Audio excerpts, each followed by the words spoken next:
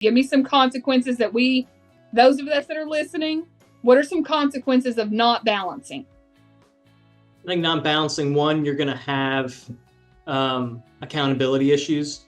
Okay. I would say if you're too, for a good example would be, and I know this happens a lot with newer leaders, if they're too focused on relationship building, when it gets to the accountability piece, they're like, well, Melissa really likes me and I don't want to hold her accountable because she didn't hit her numbers. So it's tough if you don't balance it out. The accountability piece gets tougher because you've spent so much time building relationships and not also focusing on the same time the results, that you've invested too much into one thing, and it's hard to balance that out. So definitely accountability, those issues can kind of creep up. Then I also think too, on the flip side, you can have an unhappy team if you're just focused on those results all the time, and you don't build relationships. So when your results suffer and you're just constantly like, why are these not getting better? Why isn't it better? Your team is going to get,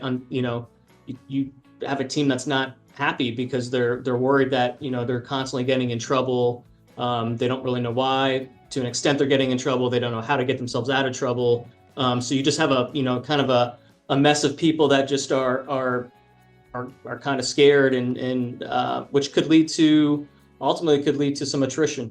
People just not being happy, just not, you're just focused on one thing and not the other. So I mean, and again, even that accountability piece too, it goes both ways too. I mean, really, ultimately, if you don't balance it out, I think the health of your team can suffer both ways if you're really heavy on one or the other. And then again, that could lead to, I mean, I'm sure Chris has seen it with, keeping people, staying with the company because you're one or the other, and there's no balance in between.